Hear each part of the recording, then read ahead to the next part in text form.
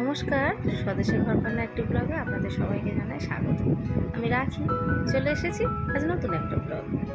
সকাল 7টা মতো বাজে এখন, আর এই যে চা করে নিয়েছি, একটু চা নিয়ে বসে গেছি। আর আসলে চা খাওয়া হয় না, কিন্তু অনেক দিনের পর সকালটা একটু মনে হলো যে চা আর বিস্কুট দিয়ে শুরু করি।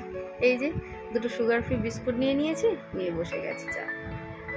চা কোনো দিন খাওয়া হয় না, তবুও একটা দিন যদি মনে হয় তাই একটু লিকার চা বানিয়ে খাই। দুধ চা তো একদমই খাই না, এমনি আমার গ্যাসের প্রবলেম। আর এই যে এদিকে আমার যে হেল্পিং হ্যান্ড দিদি আছে, তাকে বললাম তুমি একটু পাস্তা বানাও, কারণ ছেলে সকালে বললো জলখাবারে একটু পাস্তা খাবে, আর পাস্তা তেমন করা হয় না। আর আজকে যেহেতু ও স্কুলেও যাবে, তাই টিফিনটা একটু বেশি করে বানিয়ে নিতে বললাম। সকালে একটু ও খাবে আর নিয়ে যাবে। এই যে পাস্তা প্রায় হয়ে গেছে, এই যে পাস্তাটা পুরো রেডি হয়ে গেছে। চলুন ছেলেকে এবার টিফিনে দিয়ে দিই, ও খেয়ে আবার বই নিয়ে বসবে। তারপরে আমারও অনেক কাজ আছে। চলুন, এই যে ছেলে এদিকে স্কুলে যাওয়ার জন্য রেডি হয়ে গেছে, এবার ওকে খেতে দিয়ে দেবো। এখন প্রায় 10টা বাজতে যায়, ও 10টাতে বেরোবে খাওয়া দাওয়া করে। বসো।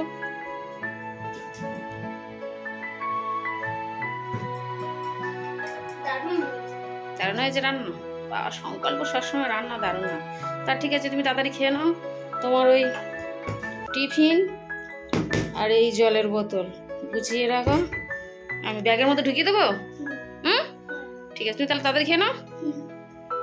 এই যে এখন 10টা মতো প্রায় বেজে গিয়েছে, ছেলে এবার বেরিয়ে যাচ্ছে স্কুলে, পুরো রেডি। আর ছেলে চলে গেলে আমারও একটু কাজ আছে। এই যে চলে এসেছি এখন রান্নাঘরে। আর কি বলুন তো, আজকের আমার হেল্পিং হ্যান্ড দিদিকে বললাম তুমি মশলা বেটে দিয়ে সবজিপত্র সব কিছু কেটে দিয়ে তুমি যাও, আজকে রান্নাটা আমিই করবো। কারণ আমার ছেলের ফেভারিট মাছ এটা হচ্ছে শঙ্কর মাছ। আর আপনারা এই মাছ খান কি না অবশ্যই আমাকে কমেন্টে জানাবেন। আর আমার ছেলে কি বলুন তো, এই মাছটা ভীষণ একটা পছন্দ, মানে মাংস খেলেও এটা ও খুব পছন্দ করে, এটা হলে ও এই মাছই খাবে। তাই রান্নাটা ভাবলাম আমিই করব। এই যে প্রথমে ভালো করে হলুদ, লবণ, লঙ্কা সব কিছু দিয়ে মাখিয়ে নিচ্ছি। আর দিদিভাই বেটে রেখেছে আদা রসুনের পেস্ট, ওটা দিয়ে ভালো করে কষিয়ে করব আজকে। এই যে সব মাছগুলো ভালো করে লাল লাল করে একদম ভেজে নেবো, একটু কড়া করেই ভাজবো, কারণ এই মাছটা ভালো করে ভেজে নিতে হবে একদম লাল লাল করে।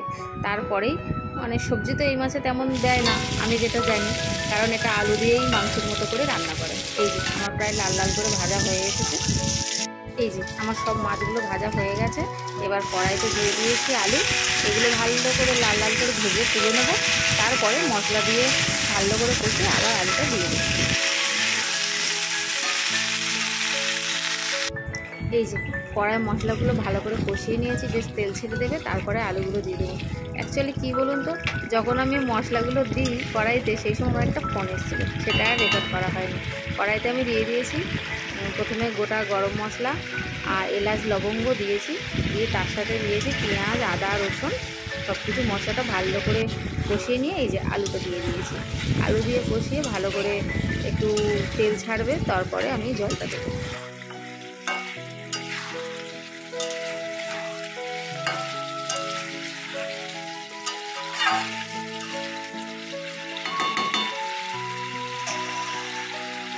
এই যে আমার আলুগুলো ভালো করে কষা হয়ে গেছে, আর আলুটা না কষতে কষতে বেশ সিদ্ধও হয়ে গেছিলো, তাই মাছগুলো ওর সাথে দিয়ে দিলাম। মাছের সাথেও মশলাটা ভালো করে কষিয়ে নিয়ে জল ঢেলে দেবো, দিয়ে একসাথে ফুটে উঠলে তখন একটু গরম মশলা দিয়ে আর নামিয়ে দেবো।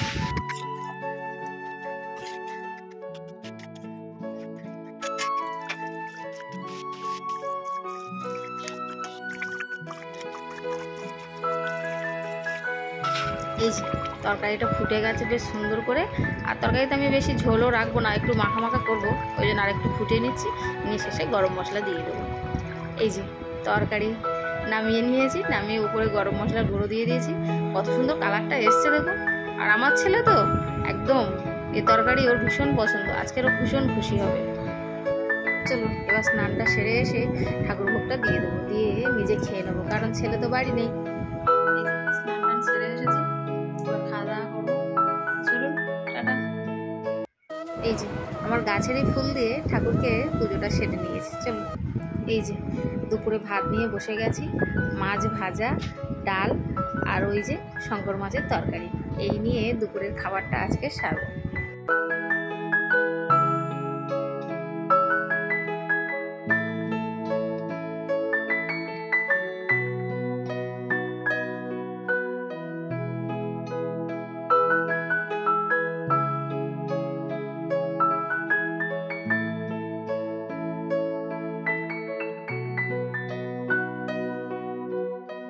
আজকে রান্নাটা সত্যি বলছি বন্ধুরা খুব সুন্দর হয়েছিল। নিজে রান্না করেছি বলে নিজের হাতের প্রশংসা করছি না, সত্যিই রান্নাটা খুব সুন্দর হয়েছিল। আপনারাও এইভাবে রান্না করে খেয়ে দেখবেন। এই যে বিকেল 4টে মতো বাজে, ছেলে স্কুল থেকে এসে গেছে, চলুন ওকেও এবার খেতে দিয়ে দিই। এই ভাত বেড়েছি, বস। ডাল আর মাছ ভাজা আছে, তারপর হচ্ছে শঙ্কর মাছের তরকারি। আগে ডাল দিয়ে ভাত খা, তারপরে ডালটা হেভি হয়েছে। তোমার সবসময় সব কিছু হেভি হয়। ভালোভাবে বস, ঠিক করে বসে খা, আস্তে আস্তে খা। ওটা হচ্ছে মাছ, পুঁটি মাছ। আর তো শঙ্কর মাছ ফেভারিট, শঙ্কর মাছ রান্না করেছি, ওই খাবে। তো যাই হোক বন্ধুরা, ছেলে নিজের খাবারটা খেতে থাক, আর আজকের ব্লগটা এখানেই শেষ করছি। সবাই ভালো থাকবেন, সুস্থ থাকবেন, সাবধানে থাকবেন। আর আজকের ব্লগটা কেমন লাগলো সেটা আমাকে অবশ্যই কমেন্টে জানাবেন। আর ভালো লাগলে একটা লাইক করে দেবেন। দেখা হবে খুবই শিগগিরই পরের একটা ব্লগে। টাটা বন্ধুরা।